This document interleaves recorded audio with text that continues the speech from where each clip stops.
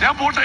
പോലെ പോലെ ಬೊಂಬೆ ಹೇಳುತ್ತೈತೆ ಮತ್ತೆ ಹೇಳುತ್ತೈತೆ ನೀನೇ ರಾಜಕುಮಾರ ಹೊಸ ಕನಸೊಂದು ಹೊಸಿಲಿಗೆ ಬಂದು ಬೆಳಗಿನ ಮನೆಯ